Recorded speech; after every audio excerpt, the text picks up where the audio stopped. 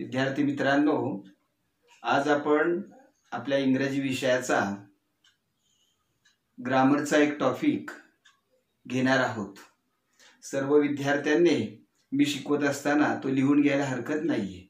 इयत्ता 8वी ते 10वीच्या सर्व विद्यार्थ्यांसाठी इंग्रजी व्याकरणातील मेक इट इन्फिनिटिव्ह हा जो प्रकार आहे, मेक इट इन्फिनिटिव्ह हा जो प्रकार आहे तो परीक्षेमध्ये 1 मार्काला आपल्याला विचारला जातो।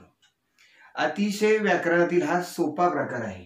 मेक इट इन्फिनिटिव्ह म्हणजे मराठीमध्ये याला मर्यादित क्रियापद असं म्हणतात। मर्यादित क्रियापद। आता प्रश्न असा पडतो की मर्यादित क्रियापद म्हणजे काय? तर मर्यादित क्रियापद म्हणजे क्रियापदाचे मुख्य रूप। क्रियापदाचे मुख्य रूप। क्रियापदाचे मुख्य रूप। मुख्य रूप म्हणजे मर्यादित क्रियापद होय। मर्यादित क्रियापद होय। क्रियापद होय। व्याख्या लक्षामध्ये आली? क्रियापदाचे मुख्य रूप म्हणजे मर्यादित क्रियापद होय। एक्झाम्पल घ्यायचं म्हटलं तर टू गो, नंतर टू कम, हे लक्षात घ्या। मी जो भाग अधोरेखित केलाय तो टू हा शब्द त्या ठिकाणी आहे, म्हणजे या क्रियापदाला टू जोडलेला असल्याने तुम्हाला कोणताही प्रत्यय जोडता येत नाही। मग आता इथं आपण लिहायला हरकत नाही की सदर क्रियापदास SES ED ING सारखे कोणतेच प्रत्यय जोडता येत नाहीत। कोणतेच प्रत्यय जोडता येत नाहीत। जोडता येत नाहीत। ज्यावेळी तुम्ही क्रियापदाला टू नसेल त्यावेळी तुम्ही SES ED ING असे प्रत्यय जोडू शकता, पण ज्यावेळी क्रियापदाला टू जोडलेलं असतं त्या टूलाच इन्फिनिटिव्ह म्हणतात। त्यामुळे तुम्हाला कोणताही प्रत्यय या क्रियापदास जोडता येत नाही। परीक्षेमध्ये आपल्याला 8वी 9वी 10वी अथवा 11वी 12वी या कोणत्याही वर्गामध्ये 1 मार्काला येणार हा टॉपिक आहे व्याकरणातील। त्याचं एक्झाम्पल पाहण्यापूर्वी आपण त्याचे रूल्स पाहूया। काय रूल्स आहेत याचं आपण पाहूया। हे जर रूल्स जे नियम आहेत ते आपण लक्षात घेतले तर तुम्हाला मेक इट इन्फिनिटिव्ह करता येऊ शकतं। पहिला नियम असा आहे, वाक्यातील अधोरेखित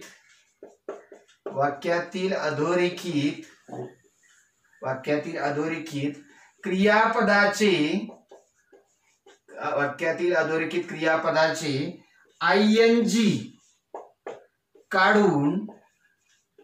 काढून त्या क्रियापदापूर्वी टू जोडावे। त्या क्रियापदापूर्वी टू जोडावे। एक्झाम्पल पहा, तुम्हाला परीक्षेमध्ये असं उदाहरण येतं पहा, माय सिस्टर लाइक्स ड्रायव्हिंग ए कार। या ठिकाणी हा ड्रायव्हिंग हा शब्द आहे त्याला अंडरलाईन केलेली आहे आणि तुम्हाला कंसामध्ये म्हणतात make it infinitive. Make it infinitive. आपण काय करायचं, उत्तरामध्ये हे वाक्य परत घ्यायचं, माय सिस्टर लाइक्स, परत आहे तसं घेतलं। हा जो तुमचा क्रियापदाचा भाग आहे याला अधोरेखित केलेला आहे। त्या क्रियापदाचं हे जे ING आहे ते काढायचं आणि त्या क्रियापदाच्या पूर्वी आपण टू जोडायचं, टू ड्राईव्ह ए कार। आणि जो आपण सोडवलेला व्याकरणाचा भाग आहे त्याला अंडरलाईन करायची। तुमच्या गोष्ट लक्षामध्ये येते का? आपण मेक इट इन्फिनिटिव्ह मर्यादित क्रियापद हा इंग्रजी व्याकरणाचा भाग पाहतोय। इयत्ता 8वी 9वी 10वी इव्हन 11वी 12वीच्या तुमच्या इंग्रजी विषयाच्या पेपरमध्ये 1 मार्काला याच्यावर वाक्य येतं. पण पहिली त्याची व्याख्या आपल्याला माहीत असली पाहिजे. फक्त सोडवलं त्याचे मार्क्स मिळाले म्हणजे आपण तज्ज्ञ झालो असं नाही. त्याची व्याख्या जाणून घेणं गरजेचं. ते क्रियापद कसं असतं, त्याच्या वाक्यामध्ये कसा वापर करतात हे आपल्याला समजलं पाहिजे. तो जो मेक इट इन्फिनिटिव्ह म्हणजे मर्यादित क्रियापद जो आहे त्याचं व्याख्या अशी, क्रियापदाचे मुख्य रूप म्हणजे to go, to come, to give, ही जी मुख्य रूपे येतं त्यांना काय म्हणतात, इन्फिनिटिव्ह म्हणतात. आता ही जी टू युक्त रूपे येतं म्हणजे टू कम, टू गो, कोणत्याही प्रकारची क्रियापदाची, त्याला तुम्ही कधीही वाक्यामध्ये टू असताना एस, एस, ईडी, आयएनजी जोडू शकत नाहीये, हे लक्षामध्ये ठेवा.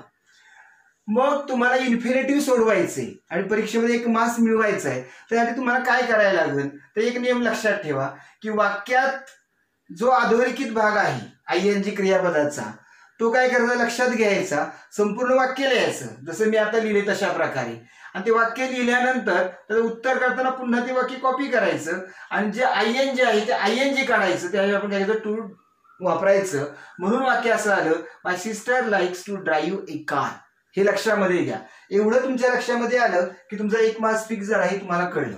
आता याच्या अनुषंगाने आपण बाकी पण उदाहरणं याची तुम्हाला सोडवून देऊयात, सोडवाय देण्याऐवजी. माझ्याबरोबर तुम्ही शिकता शिकता लिहायला हरकत नाही, कारण मी सावकाशपणे तुम्हाला जसं लिहायला आवश्यक आहे स्पीड, त्या स्पीड मध्ये सांगत आहे.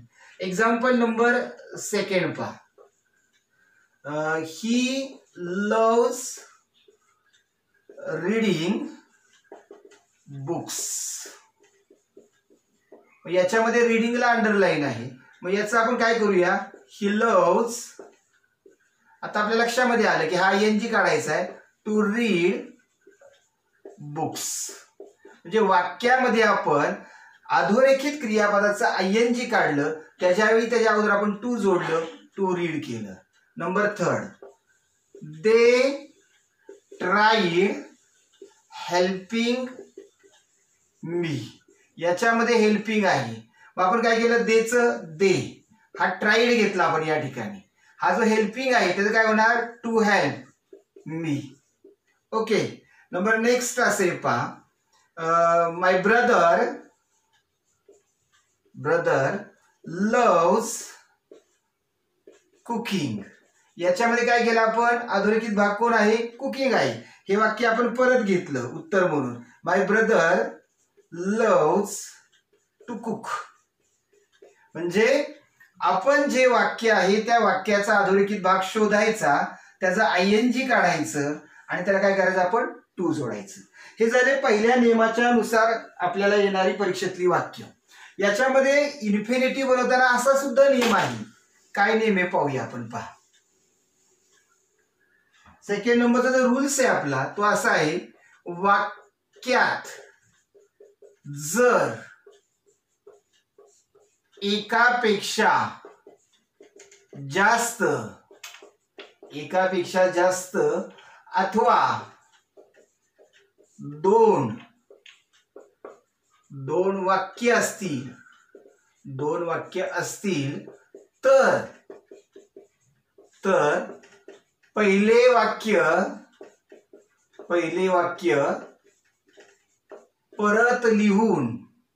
वाक्य परत लिहून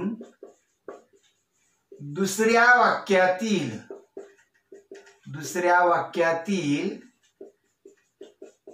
वाक्यातील सारखा भाग काढून क्रियापदास टू जोडावे. हा झाला तुमचा दुसरा नियम. त्यामुळे तिसरा नियम घेऊया, खरं यामध्येच आला पाहिजे तो. असे टू जोडताना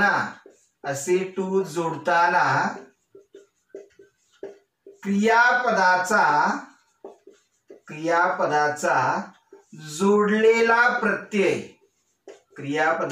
जोडलेला प्रत्यय काढावा. लक्ष द्या इकडं. एक्झाम्पल बघा त्याचं. Ramesh is a captain. He leads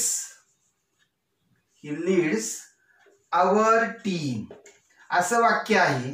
तुम्हाला कंसामध्ये म्हणलं मेक इट इन्फिनिटिव्ह, तर तुम्हाला घाबरून जायची गरज नाहीये, कारण का आपल्याला फक्त ING असेल तर टू जोडायचं म्हणजे इन्फिनिटिव्ह असं सरांनी सांगितलं असं आपल्या डोक्यामध्ये असतं. तसं काही नाहीये. 2 वाक्य असेल तर आपण काय म्हणले नियम नीट समजून घ्या. वाक्यात जर एकापेक्षा जास्त अथवा 2 वाक्य असतील तर पहिले वाक्य परत लिहावे. आता आपण पहिलं वाक्य परत घेऊया. Ramesh is a captain. Okay, नंतर काय करायचं आपण जो सारखा भाग आहे तो काढला. रमेश म्हणजे कोण? ही, ते काढून टाकला आपण. क्रियापद कोण आहे? अधोरेखित लीड्स आहे. त्या या तिसऱ्या नियमामध्ये सांगितलं की त्याचा प्रत्यय काढा त्याला टू जोडा. इथला SES जो आहे हा प्रत्यय काढला त्याला काय केलं आपण? टू लीड केलं आवर टीम. म्हणजे या प्रकारामध्ये एकापेक्षा जास्त वाक्य असल्याने पहिलं वाक्य आपण परत घेतलं, Ramesh is a captain. Okay, त्यानंतर आपण काय केलं? दुसऱ्या वाक्यातला जो हा कर्ता आहे तो रमेशच आहे.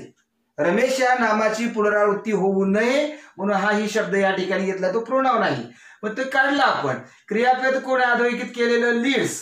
त्या क्रियापदाला आपण काय केलं? इथं टू जोडलं, टू, आणि हा लीडचा S काढून टाकला, टू लीड आवर टीम. वाक्य असं आलं पहा, Ramesh is a captain to lead our team. आलं लक्षामध्ये? म्हणजे वाक्यामध्ये एकापेक्षा जास्त वाक्य असतील तर पहिलं वाक्य परत घ्यायचं. दुसऱ्या वाक्यातील कर्ता सहाय्यकारी क्रियापद काढायचं असेल तर क्रियापदाचा SES ED ING प्रत्यय काढायचा आणि त्याला काय करायचं? टू जोडायचं. आता हे जे वाक्य आहे याच्या अनुषंगाचं किंवा याच्यासारखं दुसरं काय वाक्य आपल्याला घेता येते का? तर ते आपण घेऊ शकतो. ते अशा प्रकारे पहा. नंबर सेकंड देऊ आपण यातलं example number 2. Every nation has a leader. He gives guidance to people. आता काय करायचं आपण? हे वाक्य परत घेतलंय जो आन्सर म्हणून. Every nation has a leader. Every nation has a leader. त्यात काय केलं आपण? हा जो आहे का नाही हा कोणासाठी आहे? तर त्या लीडर साठी आहे. मग काय केलं आपण? तो ही शब्द काढला. त्या ठिकाणी काय केलं आपण? हा गिव्ज आहे, तिथं काय केलं? टू गिव्ह केलं, SES काढला. Give guidance to people. आलं लक्षामध्ये? म्हणजे वाक्यामध्ये आपण काय केलं तर पहिलं वाक्य परत लिहिलं, दुसऱ्या वाक्यातला कर्ता काढला, क्रियापद SES काढलं, त्याला आपण टू जोडलं.